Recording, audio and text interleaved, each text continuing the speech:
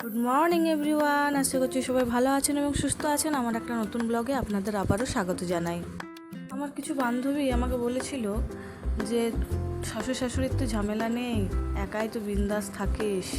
জানি না তারা এই ধরনের কথা কেন বলে, তাদের শ্বশুর শাশুড়ি কীরকম তাদের সঙ্গে ব্যবহার করে সেটার উপর নির্ভর করছে। কিন্তু সত্যি কথা বলতে একা থাকার যে কী মহিমা, কতটা কষ্টের, যারা একাই থাকছে শুধুমাত্র তারাই জানে।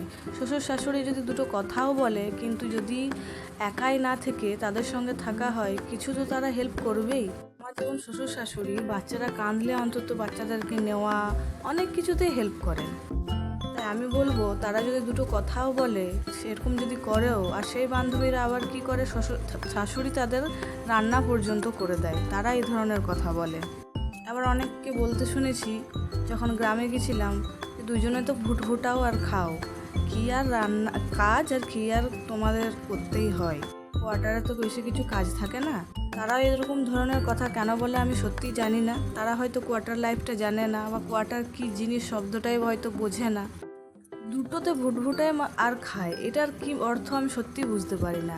500 গ্রাম চাল সেদ্ধ হতে যতক্ষণ সময় লাগে, 5 কেজি চাল সেদ্ধ হতেও কিন্তু ততক্ষণই সময় লাগে।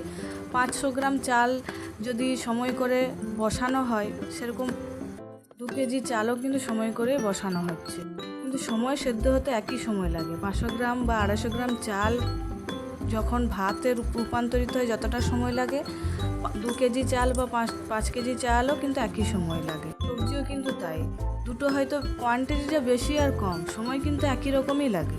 তারা হয়তো খাওয়া দাওয়ার পর বাসনপত্র ধোয়ে, আমরা তো হয়তো বা ডাস্টবিনে ছুঁড়ে ফেলে দিই, আমাদের তো দরকার হয় না। তাদের হয়তো জামা কাপড় কাচার থাকে, আমাদের তো কাচার থাকে না, আমরা আবার ফেলে দিই, আবার নতুন পরি। যেখানে 10টা মানুষের রান্না হয়, সেখানে কিন্তু 1-2টো মানুষ থাকে যে অন্য কাজে সাহায্য করেই। কেউ কিছু না করলেও সবজি বানিয়ে দেওয়া, এমনকি কোথাও গেলেও যে কিছু হয়তো অন্তত চাল সেদ্ধ ভাতও কিন্তু হয়তো খেতে পাই। আমরা নিজেরা না করলে আমরা কিন্তু সেটাও খেতে পাবো না। তাদের যদি খুব জ্বর হয়, যদি রান্না না করে অন্তত কিছুও খেতে পাবে, কিন্তু আমাদের সেটা নয়। আমাদের যদি জ্বর হয়ে থাকে, রান্না যদি না করতে পারি, সেদিনটা কিন্তু মুড়ি বা চিড়ে খেয়ে কাটাতে হবে। তাই তারা না জেনে শুনে এরকম ধরনের কথা কেন বলে খুঁজে পায় না। তারা হয়তো ঝাঁট দেয়, আমরা তো ঝাঁট দিই না। আজকে এই ঘরে থাকলাম, কালকে হয়তো অন্য ঘরে চলে যাই। বা কোয়ার্টার এমন একটা জিনিস যেখানটা নোংরাই হয় না, তাই ঝাঁট দিতে, মোছা এসবগুলো করতে হয় না।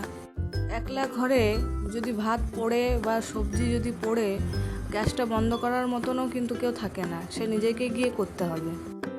আর 1-2জন যে বেশি থাকে, সেখানে বলা হয় যে গ্যাসটা বন্ধ করে দাও, অ্যাটলিস্ট যদি কিছু না করেও দেয়, ওইটুকুটা অন্তত তারা সাহায্য পায়।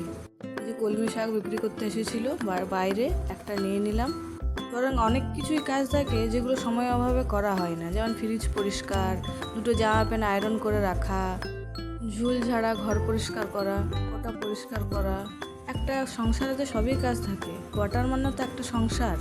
তাদের তো এরকম ধরনের কথা বলাই উচিত নয়, যাদের একরকমই হয়তো রান্না হয়, রান্নার কোনো ঝামেলা থাকে না, মানে ও এটা খাবে না, ও ওটা খাবে না। দুটো বেশি সংসারের লোক থাকলে সেগুলো হয়, কিন্তু যারা এগুলো করে না তাদের এই কথাগুলো মানায় না। আসলে একাই থাকলে যে কতটা পরিমাণে অসহায় লাগে নিজেকে, যারা একাই থাকে তারা অন্তত বোঝে, তারা এরকম ধরনের কমেন্ট কখনো করবে না। কিন্তু যারা সুবিধা পেয়েছে, শ্বশুর শাশুড়ি হয়তো রান্না করছে, শ্বশুর বাজার করে এনে দিচ্ছে। আমি কিন্তু একসময় বাজারও করে আনতাম, এখন কোনো রকম করে ওরকম কাটাই। এখনও পর্যন্ত কিন্তু অনেক কিছু জিনিস বাড়িতে না থাকলে, ইমিডিয়েট বা মনে থাকলো না, সেগুলো কিন্তু আমি নিজেই নিয়ে আসি বাচ্চা নিয়ে। আসলে তারা সুবিধা পেয়ে গেছে, তো তারা ভাবে একাই থাকলে হয়তো আরও কত ভালো থাকতাম। জানি না কতটা তারা নিজের শরীরকে দিয়েছে, বা হার্ডওয়ার্ক কাকে বলে সেটা হয়তো তারা জানেই না, তাই হয়তো এরকম ধরনের কথা বলতে পারে। যাই হোক, আজকে রান্না হয়েছিল ডিমের পটল ভাজা, ডাল। খেয়ে নিয়ে কিন্তু মেয়েকে আরও হোমওয়ার্ক করাতে বসাতে হচ্ছে, কারণ ওর দুটো টিউশন, ও পরপর চলে যাবে, তো টাইম পাবে না। স্কুলেরও হোমওয়ার্ক থাকে, টিউশনেরও হোমওয়ার্ক থাকে, খাওয়ার পর এত কিছু বাসন থাকে, একটু শুতেও পায় না। ছোটো মেয়েকে নিয়ে আবার কিন্তু একটু ঘোরাতে ফেরাতেও হয়। দুটো বাচ্চা যখন কাঁদে, একটা হয়তো কোনো কারণে কাঁদছে, তাকে চুপ করাতে যাচ্ছি, কিন্তু আরেকটা কাঁদতে শুরু করেছে। দুটো বাচ্চা নিয়ে একলাই কতটা যে অসহায়, সেটা একমাত্র যারা একাই থাকে তারা বোঝে। আশা করব তাদের আমি বোঝাতে পেরেছি। ঘটি বাটি একসঙ্গে থাকলে একটু ঠোকাঠুকি লাগে, তার মানে এই নয় যে তাদের কোনো ঐতিহ্য থাকে না আমাদের জীবনে।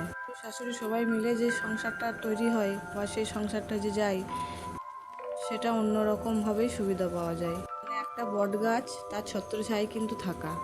নিজেকে যোগ্য করে তোলো, যে কাজটার জন্য কথা শোনাচ্ছে সে কাজটা নিজেকে পরিপাটি করে তোলো, হার্ডওয়ার্ক করতে শেখো, পরিশ্রম করতে শেখো, দেখবে শ্বশুর শাশুড়ি কিন্তু তোমাকে নিয়ে নাম করছে, বদনাম নয়।